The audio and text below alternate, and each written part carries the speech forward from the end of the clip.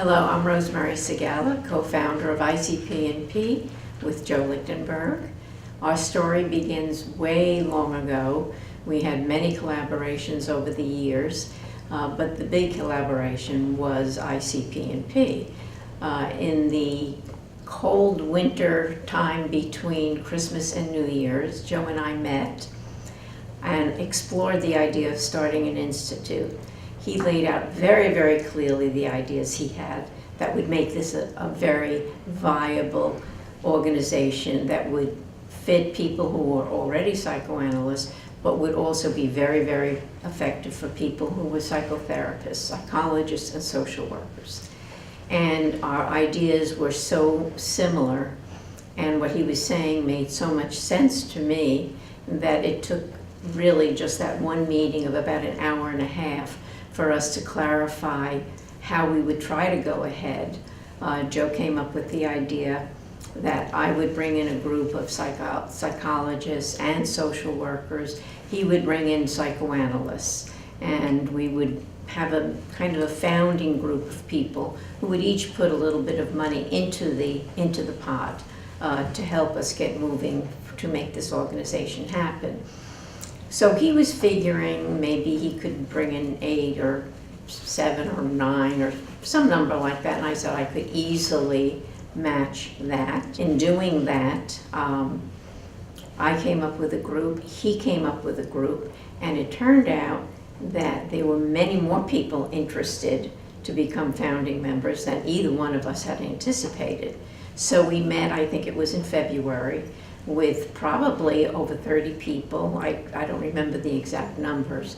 Talked about all the ways we'd like this organization to unfold, that it would be a unique freestanding institute, unlike the institutes that were out there before that were part of the American Psychoanalytic.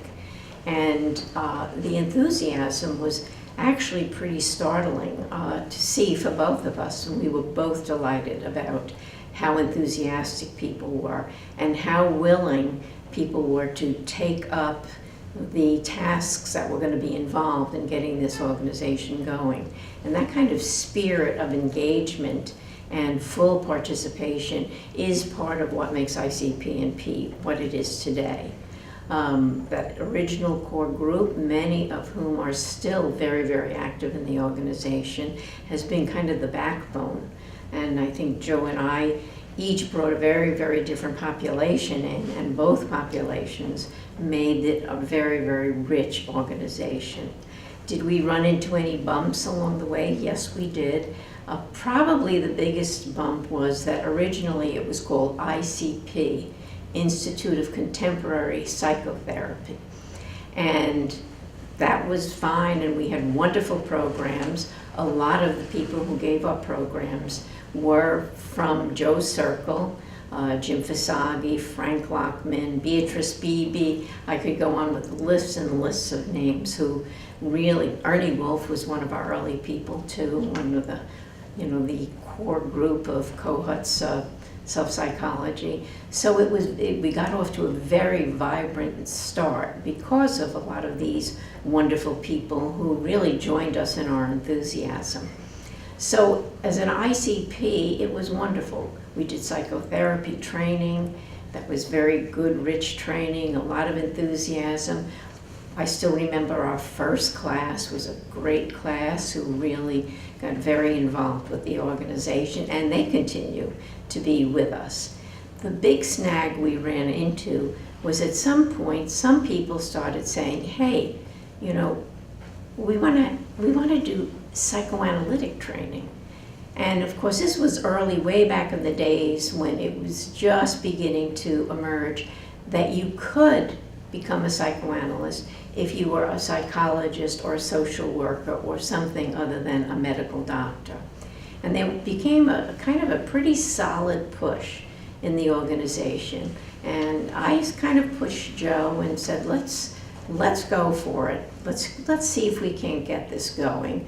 And of course, in those early days, there was some concern about the kickback we might get from the existing psychoanalytic institutes.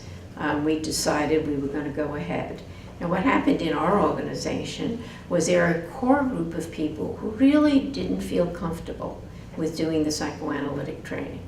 They felt like this was finally an institute that spoke to the needs of a lot of people who weren't medical doctors and who wanted to get the psychoanalytic and psychotherapeutic training without having any kind of the strictures of an institute. One of the concerns was that, well, you know, if all the good teachers we have in the psychotherapy training program, a lot of them are psychoanalysts, and they're not going to want to teach us anymore. They're going to want to teach the people who are doing the psychoanalytic training. And so there was a real controversy, and it was the first major snag that made us worry about our institute. We had a town hall meeting because I have a lot of group training experience and large group experience. We had a very, very successful small group and large group convening to talk about the objections, to discuss with people their willingness to give this a try, the efforts that we would make to keep the training programs of both things very, very rich, of both the psychotherapy and the psychoanalytic training program very rich. And we did run into some bumps because some of the people who were the psychoanalysts did in fact leave and work with the people who were in the psychoanalytic training program. So some of the dire predictions were sort of there. But there were a lot of other very well-trained people.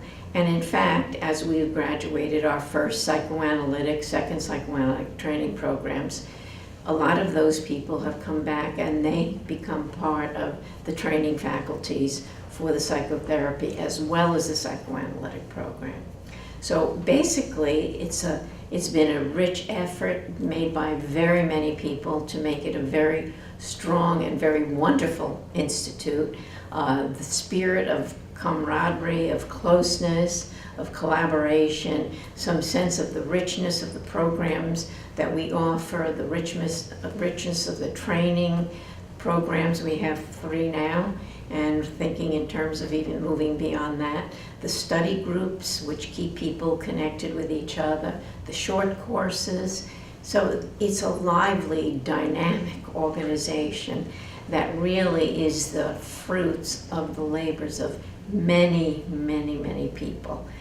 Joe and I kind of are a little bit more in the background at this point, although not always, and we are called upon to help in various ways. But I'm very proud and happy with all the people who came. Joe was the first director, I was the second director. Wendy Fisher was the next director, Elizabeth Carr was the next one, and my own son, Roger Segalla, is the current director and has been the director he's finishing up 3 terms. And the ongoing experience that I have every time I come to a meeting is to feel that we have created something, we all of us have created something that's quite magnificent. And I invite whoever has more they'd like to know about ICP+P and learn, that they begin to join us in our various endeavors and become part of a vital organization, become part of helping to make it even more vital.